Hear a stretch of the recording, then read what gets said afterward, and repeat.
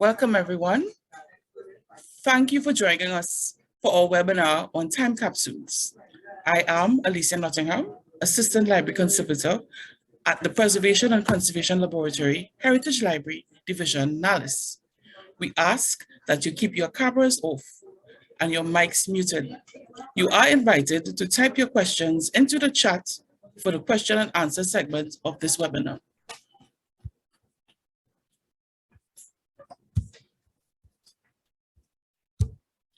Let me introduce you to our organization.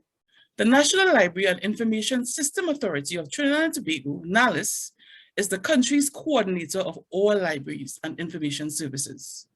Beyond the Heritage Library, there are over 25 public libraries, 3 libraries in correctional institutions, libraries in secondary and primary schools, and special libraries in several government agencies, all administered by NALIS. Please visit our website, www.nalis.gov.tt, for more information about our services. We will post the link in the chat of this webinar.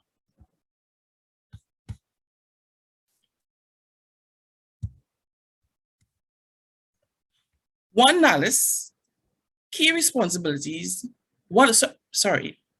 of NALIS's key responsibilities is to promote and preserve national heritage information.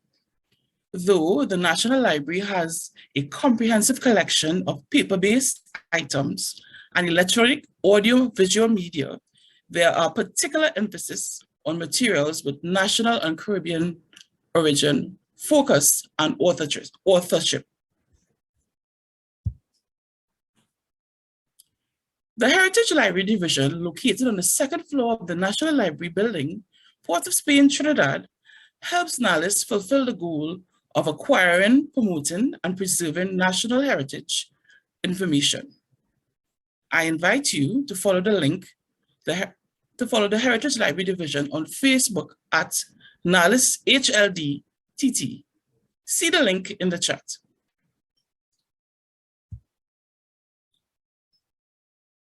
Special collections acquired or donated to the Heritage Library Division consist mainly of traditional library items created by or of interest to a significant person or organization of Trinidad and Tobago. One would not be surprised to find within these collections books, newspapers, pamphlets, and letters. Photographs, film, audio recordings, and memorabilia like the typewriter you see here. The Preservation and Conservation Laboratory is responsible for ensuring the overall longevity of library materials, with attention to the Heritage Library Division and its collections of historical importance. The PAC Laboratory, which was officially commissioned in 2013, helps NALIS fulfill its role as the International Federation of the Library Associations and Institutions, Preservation and Conservation, or IFLA-PAC, Regional Center for the English-speaking Caribbean. Additionally, this arm of the Heritage Library Division advises public and private organizations on the care of their collections and artifacts.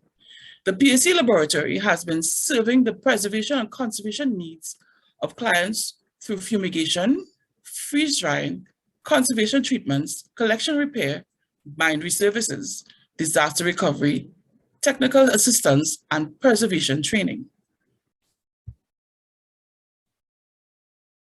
We look forward to when we can carry out our preservation clinics, tours, and training sessions in person.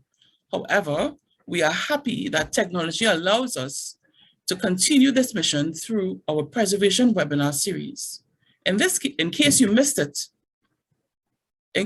any of our first season, the link to the NALIS YouTube playlist is posted in the chat. Let me introduce you to our facilitator, Danielle Fraser.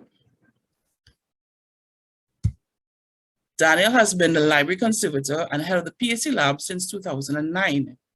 Danielle holds a Master of Science in Information Studies and a Certificate of Advanced Studies in Conservation, Library, and Archival Materials from the University of Texas at Austin. She was a 2008 Conservation Fellow of the Library of Congress, Washington, D.C. She has been a member of the American Institute for Conservation and the Library Association of Trinidad and Tobago. Danielle enjoyed presenting papers at the annual meetings of the regional associates, including ACURIL and CARAL. So I know she's looking forward to presenting today. Over to you, Danielle.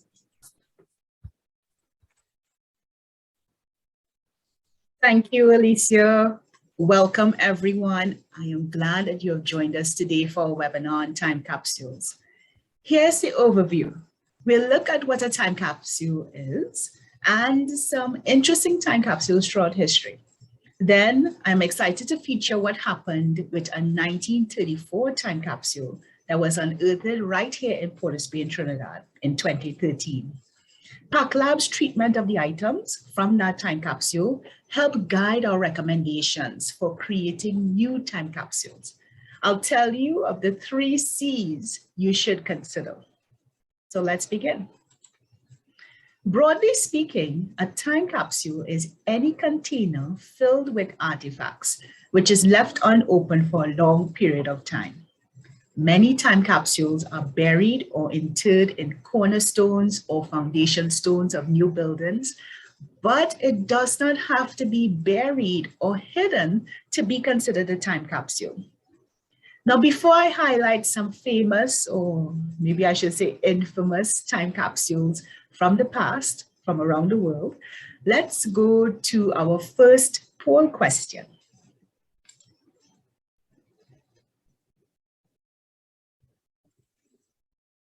So you'll see it on the screen. The question is, in the past, which of these items have been used as a time capsule? And here are your choices: a motor car, an apartment, a spacecraft, none of the above, all of the above. So you can make your choice in the poll that's on your screen.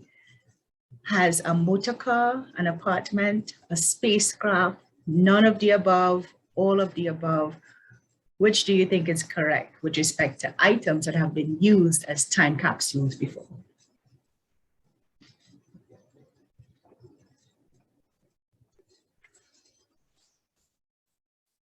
Interesting selection of materials here. So which do you think, or which of these do you think have been used as a time capsule before? Is it a motor car, an apartment, a spacecraft? None of the above. Do these seem too far-fetched, or perhaps it's all of the above?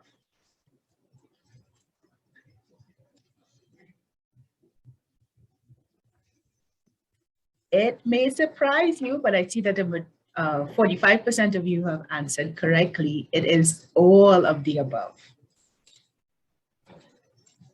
And I was not lying about the motor car. In Tulsa, Oklahoma, USA, a Plymouth Belvedere was buried at the courthouse of the town in 1957.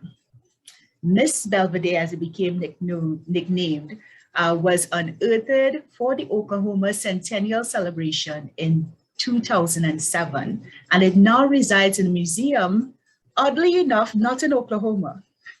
If you get the chance to look it up, it's a very interesting story. And this apartment in Paris was left untouched for almost 70 years. It is said that the owner fled Paris during World War II and never returned during her lifetime.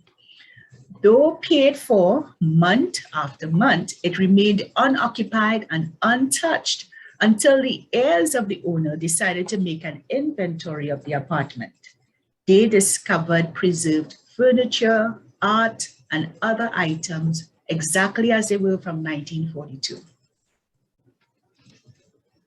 And I was blown away to discover that there are time capsules floating through space.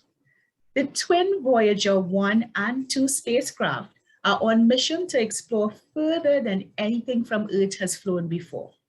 Each has a golden phonograph record intended to communicate the story of our world to extraterrestrials, according to NASA. Each disc has various sounds and images depicting life on Earth. So all three of these items, in a sense, are time capsules. So they are a bit different to each, but they're all great stories to read, and I hope you will follow them up. But let's come home now. In 2013, PAC Lab was contacted by the Alumni Association of St. Mary's College to assist with the removal of items unearthed from a 1934 time capsule. The glass time capsule was interred behind the foundation stone of a new wing of the school compound on September 30th, 1934.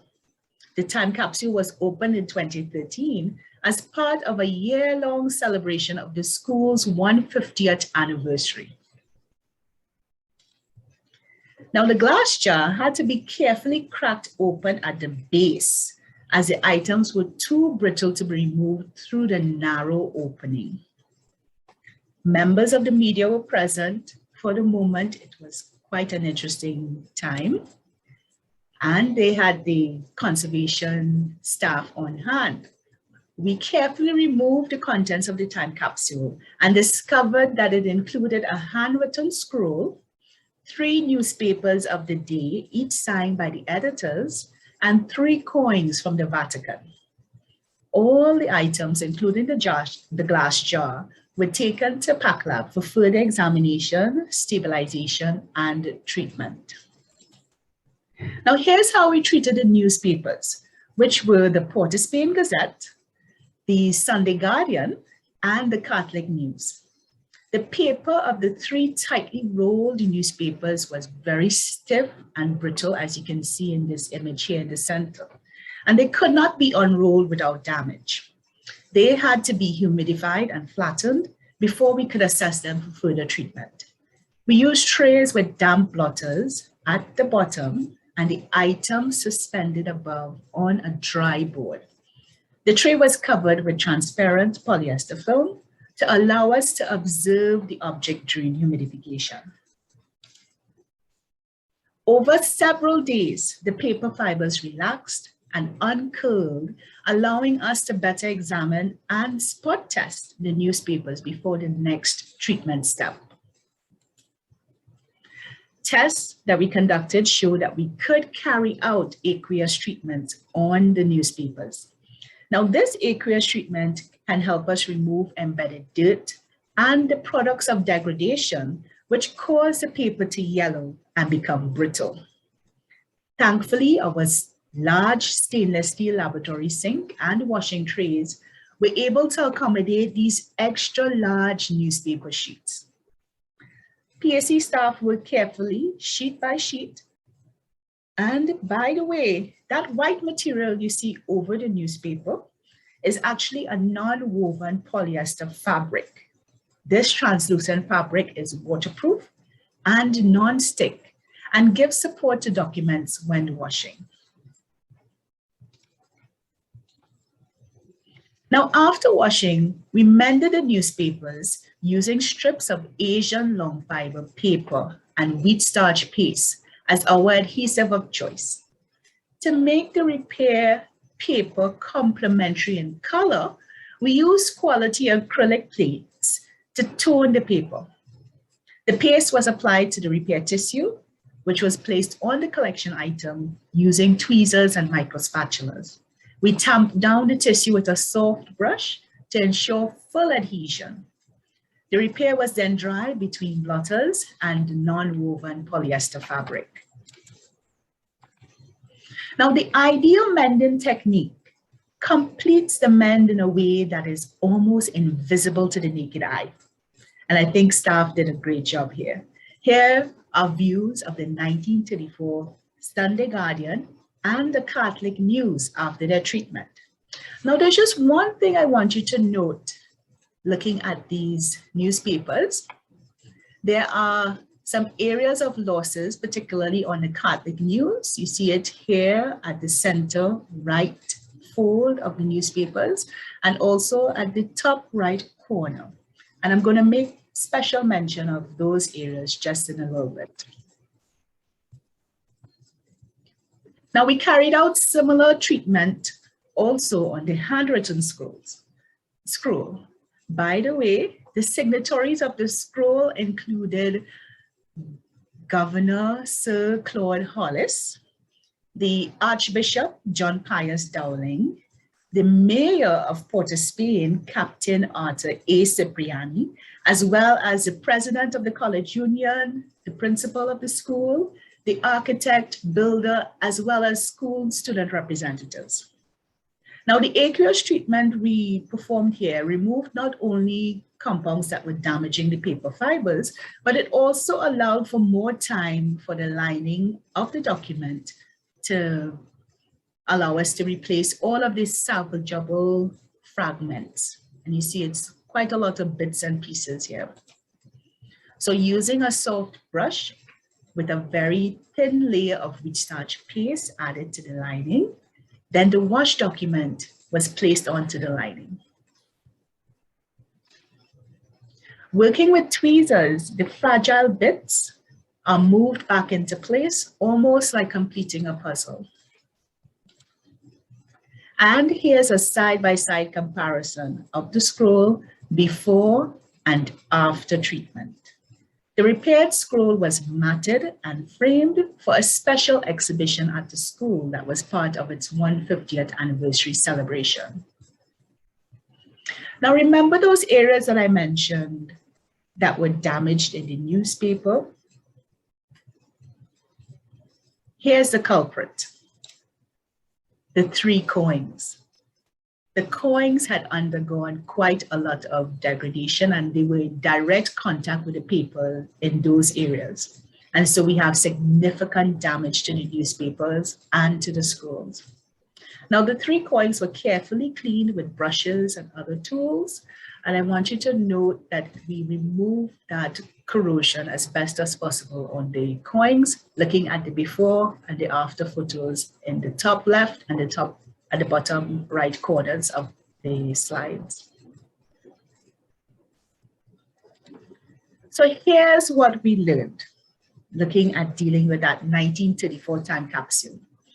One major important thing is that the longevity of the items placed in a time capsule can be significantly extended by considering these 3 C's: the container used for the time capsule, the contents, and the conditions, both on the interior and the exterior of the time capsule.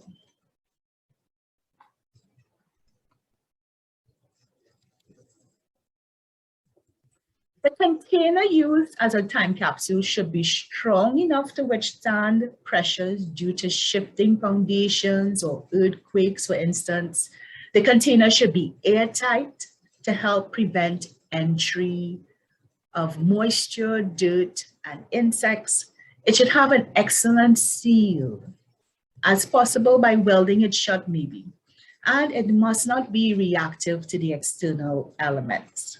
So when we consider some of the time capsules that we looked at that were very strange indeed, the car is probably one that is not such a good candidate for being a time capsule when we consider these characteristics that we want.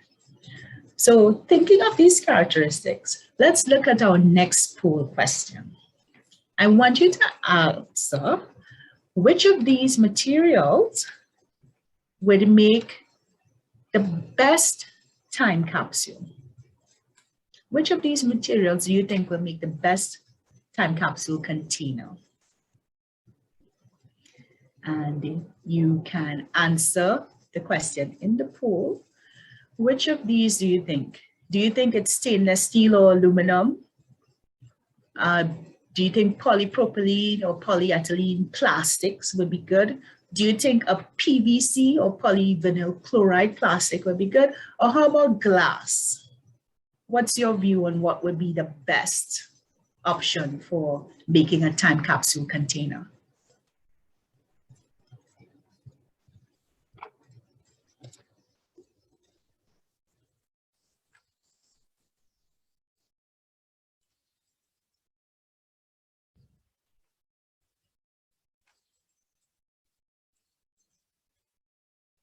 Yes, I see several choices coming in. Do we think stainless steel and aluminum, or are we thinking plastics? And I purposefully divided the plastics, polypropylene or polyethylene plastic versus PVC or polyvinyl chloride. Or do you think glass would be a good option?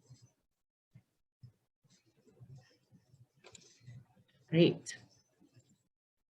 So looking at the results, we have a tie between persons thinking that polypropylene or polyethylene plastics versus glass would be some good options. So let's talk about that a little bit.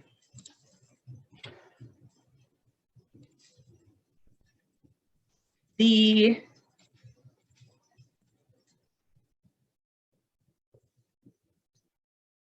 true stainless steel is the most stable and easily viable option for a time capsule.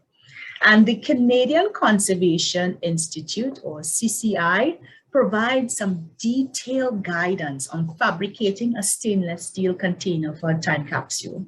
And we'll share that document as part of our webinar resources link. Look for it in the chat to take a look at that detail that CCI shares. They recommend that you use stainless steel by welding it shut or using wing nut clamps or a threaded cap. And aluminum is also an excellent choice. Now, the reason those two are your best options is because they are most stable. Stainless steel will not react with moisture, and it can also be manipulated in a way to ensure that you have a very airtight seal.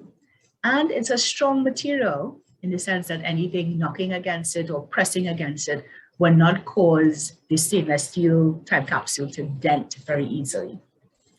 Now, that's especially important if you're considering burying the time capsule below ground. But if your time capsule is above ground level, right, you can consider polypropylene or polyethylene. Now, the problem with polyvinyl chloride or PVC is that it should not be used because its chemical components are very unstable and they may actually release harmful acids into the time capsule.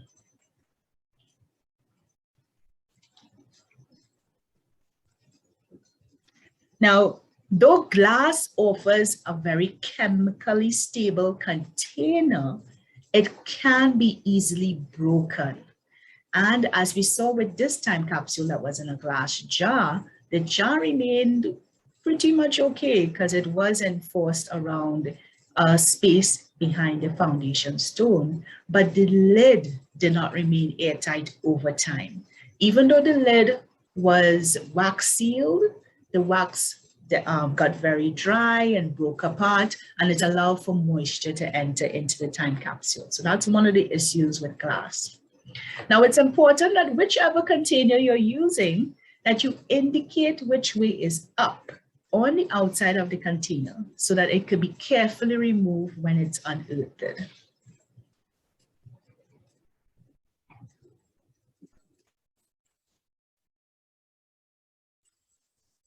Now, when thinking of what to include, it's important to think about the type of material and their longevity. Now, long-lasting items would include black and white photographs, especially those that are treated and developed with gold or selenium. Cotton or polyester textiles, so if you have clothing or items that are made out of fabric, it's best for it to be made out of cotton or polyester. Anything that's printed or written ought to be done on permanent paper, which is acid-free and alkaline buffered. One most commonly used paper is Permalife archival bond paper. This paper has a life expectancy of 300 years and will not yellow or discolor as easily as other typical stationery papers. Other paper-based items, for instance, newspapers or perhaps books, pamphlets, those other things, should be deacidified and alkalized. That is, the acids in the paper should be neutralized and the pH of the paper itself should be changed to alkaline level. This all will help extend the life of those papers, especially those newspapers, which tend to undergo a lot of degradation on their own. Now, it's important that you store the papers as flat as possible or with as few folds as possible. Now, if you're writing anything, pencil is the ideal media to use, but you can also use archival quality carbon-based inks. Those have been proven to last very long. Now, microfilm or microfiche on a polyester base can last for hundreds of years. And so it's one thing you should consider if you're looking at including several paper-based documents. It may do well to get the items microfilmed and include them in that way. One good thing about microfilm as well is that it does not require any special machine for you to actually read it. So if you're sending this into the future, we don't actually have to send a microfilm machine, because once you have light and some magnification, you're able to read a microfilm without an issue.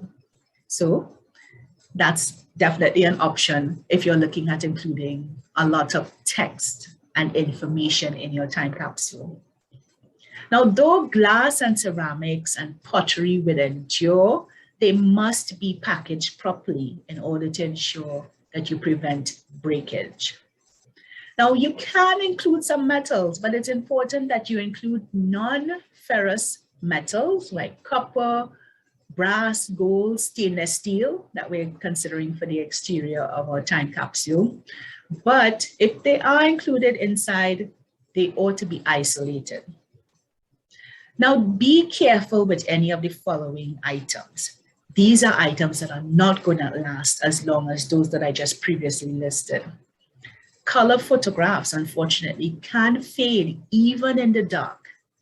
And organic textiles like silk, wool, hair, and inorganic ones like nylon are not very stable, and they can actually release chemicals that can affect other materials.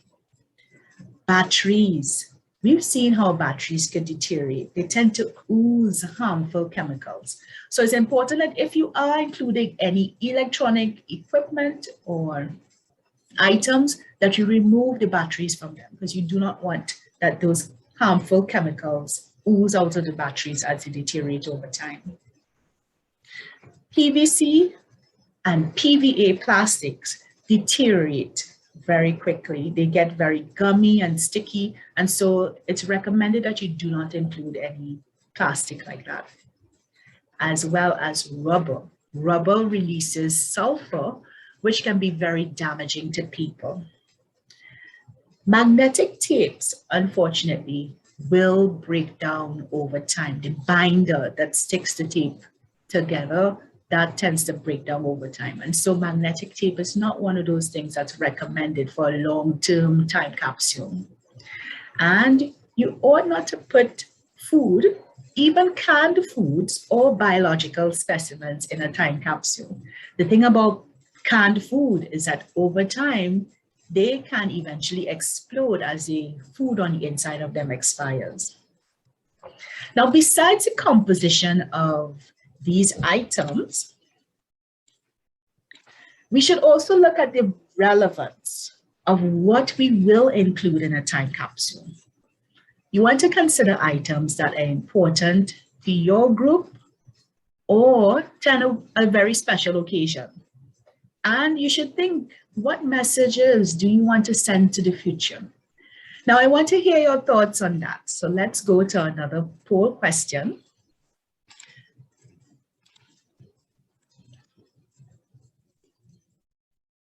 So the question is, if you are creating a 2022 time capsule with your family, which is to be opened in 2062, what would you include? And this is a multiple choice, as in you can choose more than one item.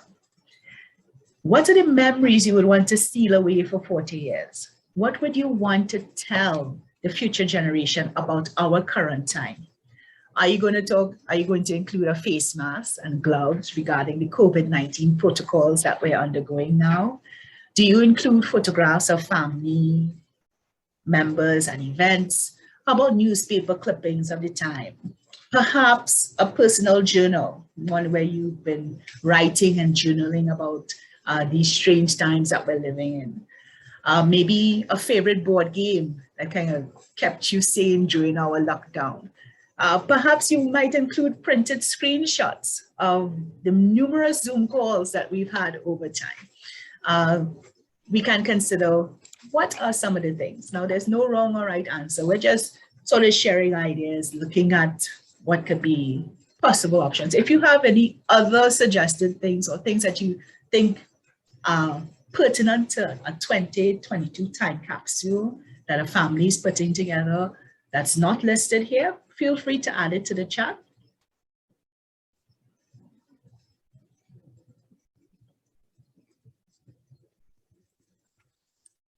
So here are the results. 90% of you who voted agreed that photographs of your family members and events, as well as newspaper clippings, should be included. We have 80% saying, let's add a personal journal, recording that story of us moving through these times. And 40% indicated, let's ensure that we put in some face masks, some gloves regarding the COVID-19 protocols, and maybe a printed screen of a Zoom call. And 30% looking at your favorite board games. Excellent.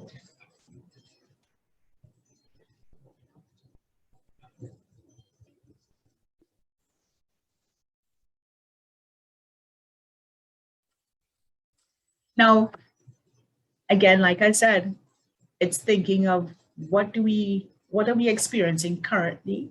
What are the things we want to tell the future generations about our current time?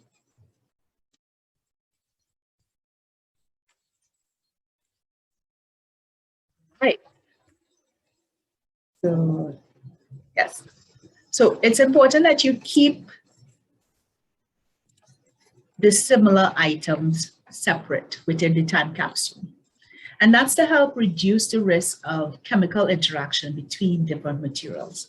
So for instance, paper-based materials should be kept apart from metallic items. Each item or group of items should be enclosed in archival quality sleeves, pouches, or envelopes. Now, remember the damage we saw with the newspapers, where those areas, those corners were completely lost because they were so close to the corrosion that was going on with the coins. Had those coins been separated from the newspapers, we may have had more of the newspapers surviving. And so this is a very important step of isolating items that are not similar. Now, place the heaviest items on the bottom of the time capsule, just to ensure that stability. And any empty spaces you have within the time capsule, you can fill it, but it's recommended that you use acid-free tissue. And include a list describing the items and their significance, as well as descriptions of color and materials of each item, as this can change over time as the items degrade. So you may be thinking that we're going to include a bright red item, and over time that red eventually becomes very pink, or maybe it lightens to almost being a light white color. Someone may think that that's what you put in there, unless there's a description that talks about the color and the material of each object.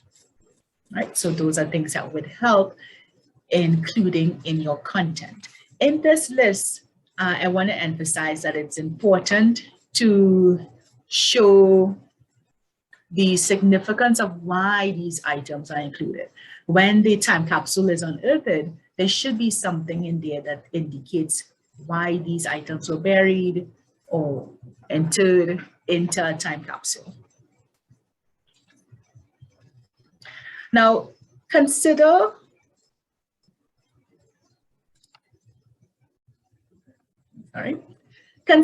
the conditions both inside and outside the time capsule. Now, on the inside, it's actually recommended that you acclimatize the items to be placed in the time capsule in a cool, dry room or space for several days before enclosing. This ensures that all the materials reach the exact same temperature before packaging them into your time capsule. And you can add a desiccant to help remove moisture from the time capsule. Desiccant is something that absorbs moisture in of itself, and conditioned silica gel packaged into textile pouches or stainless steel canisters is a very good option for doing this. Now, oxygen is a key component of reactions which cause degradation. So, flushing the time capsule with dry nitrogen or argon gas will replace the oxygen and help extend the life of your items. Now, on the exterior, I want you to consider the following. Select a cool, dry location for the time capsule. Above ground level is the best option. If you have to bury it, make sure that the burial vault, the space that the time capsule is going into, is insulated as much as possible to prevent leaks and to minimize fluctuations in environmental conditions. You should avoid placing your time capsule in areas that are at risk of water leaks, vibrations, and environmental extremes. Now make sure that the site of the time capsule, if it is buried, that it is marked so it will not be lost or forgotten. Because several times we have time capsules over the centuries that have been misplaced. It's estimated just about 80% of time capsules actually get lost or forgotten and have not been found.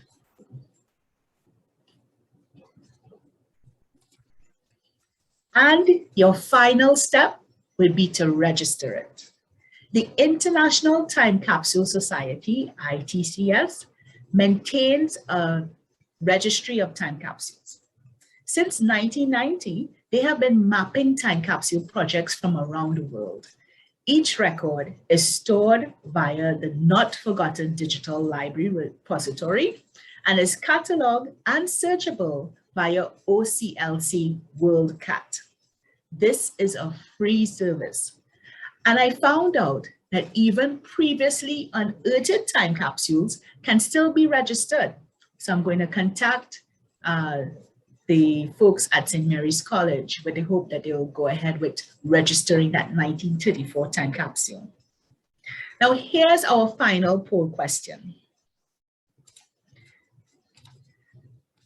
Can you guess how many time capsules from Trinidad and Tobago are registered on this registry? Do you think it's 0? Is it just 1? Do we have 2 to 5? Maybe 6 or more? How many time capsules from Trinidad and Tobago do you think are registered on this registry?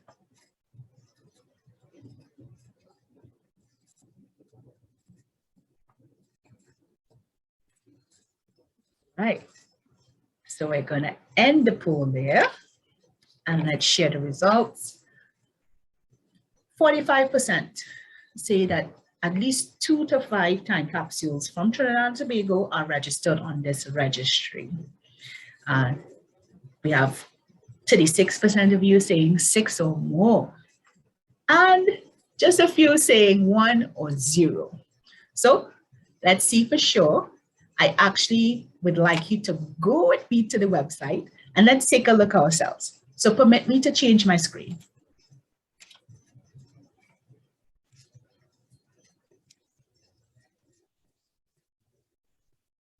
So here we are at the International Time Capsule Society.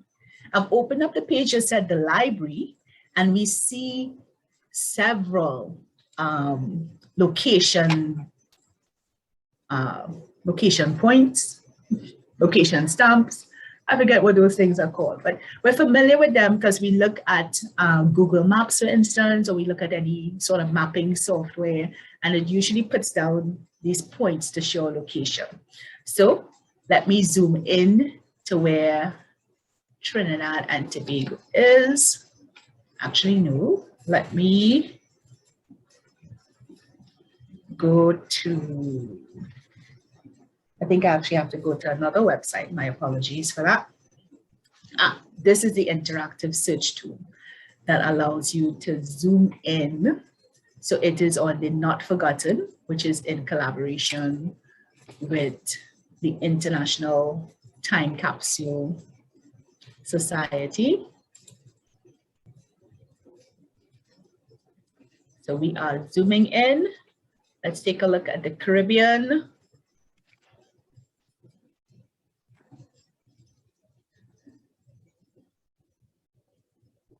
And here we are in the Caribbean. We see quite a number. This looks like Puerto Rico, perhaps. One there, and there's only one for Trinidad and Tobago. So the correct answer, as in what is registered, doesn't mean that there's only one time capsule in Trinidad and Tobago, but the registered time capsules would be this one. And it is registered by Troy Prasad of the Trinidad and Tobago Pilots Association for their 75th anniversary. Now they plan to open it on their 100th anniversary. And it's interesting that there's a full certificate that was produced on the registration of the time capsule. So it's a very interesting one that it shows, gives a bit of information as to the organization, the purpose of it, who's the owner, when it was sealed, when is the expected open date. And what they've revealed is that they would map the exact location, as in the coordinates of the time capsule after the time capsule is open. So in case you want to keep it secret and you don't want someone finding out where your time capsule is and going and unearthing it themselves, they will keep that secret until the time capsule is open. And so they are, Trinidad and Tobago Pilots Association would be in possession of the original certificate, but via the WorldCat and the website, we can actually see the various bits of information for that. The Trinidad and Tobago Pilots Association actually contacted us for recommendations, and the same recommendations that I have here in the presentation were given to them as they wanted to put together their own time capsule and ensure that the items last all the way till their 100th anniversary.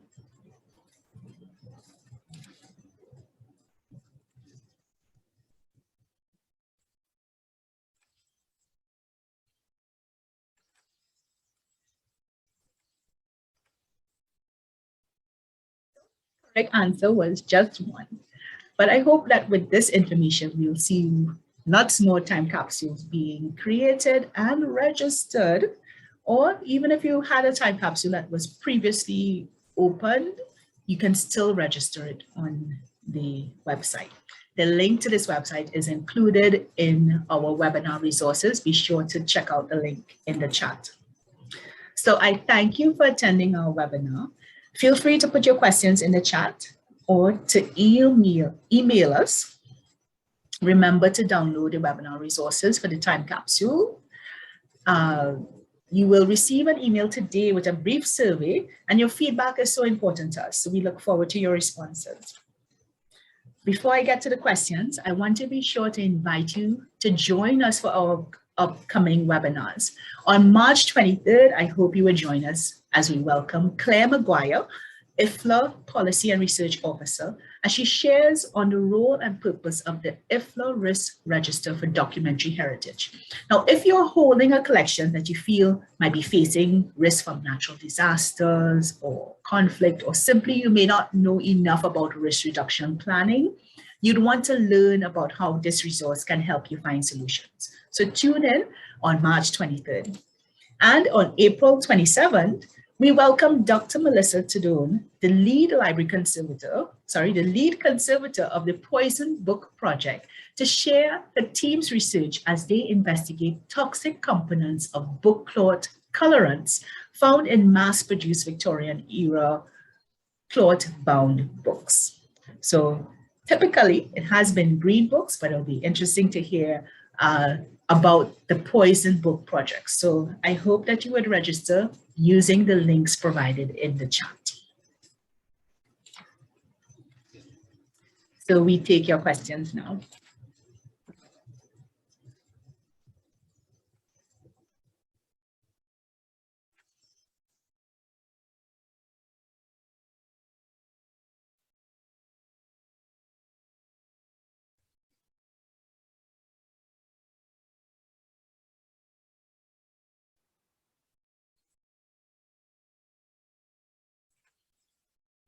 All right. Great. Perhaps very quickly, maybe you can indicate if any of you are now interested in doing a time capsule. Do you think you will take on the idea of doing one? And again, we see that, yes, a lot of time capsules might run for, we may hear of time capsules being close to 100 years or 50 years, but it does not have to be that long. You can actually run a time capsule for as short as 20 years to commemorate something special or in time for a big event or a particular special year. I know there would have been a number of time capsules that were opened in 2020, given the significance of those digits. So thank you for your question. I see here, Rebecca says that she saw a hack that ketchup removes rust from coins. Can you elaborate? I am not familiar with ketchup with respect to coins. I've seen that hack for jewelry, not necessarily removing rust, but helping them shine just a little bit more. I don't know if I'm too keen on trying it on a heritage item or an item that is several hundreds of years old. So caution with respect to some of these hacks. It's important that you be sure to follow it up with looking at the research, looking at the recommendations of the experts in the field. There are several conservation organizations throughout the world where they do provide information as it relates to caring for family heirlooms. Objects are not my specialty, but I have not heard about ketchup or the aspect of adding a chemical. What we did for trying to remove the corrosion that was left on the coins was that we tried a mechanical method. We were hesitant to do anything more substantial by way of chemicals, adding any significant chemicals. The harshest chemical that we used was actually just alcohol. But we used mechanical methods of brushing, tools to help pry the corrosion off, etc., as carefully as possible, being sure that we weren't damaging the coins on the bottom. Desiree, I'm so happy to hear that you're going to try a time capsule. If you do and you want further information, be sure to contact us at the Preservation and Conservation Lab. We'll be happy to help you from a distance. No problem at all.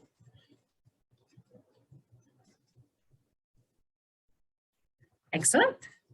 Thank you so very much. Oh, Rebecca, you're asking a little bit more about the coins. Were they able to get the imprint of the coins after the treatment? I am actually not too sure if that was something that was done. We took photographs of the coins as detailed as possible as we could have with our macro lens on our camera. But with respect to imprinting the coins, I'm not sure if that was something that was done by the organization.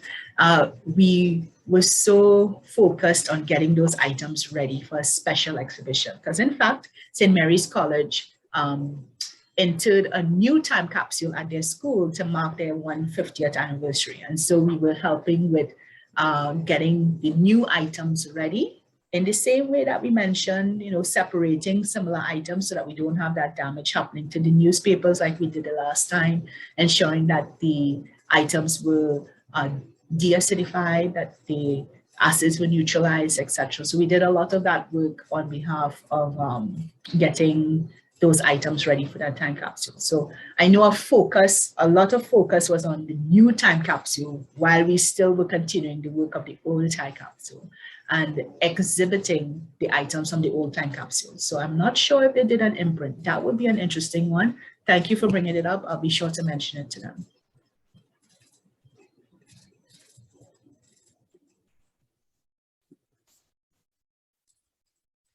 All right.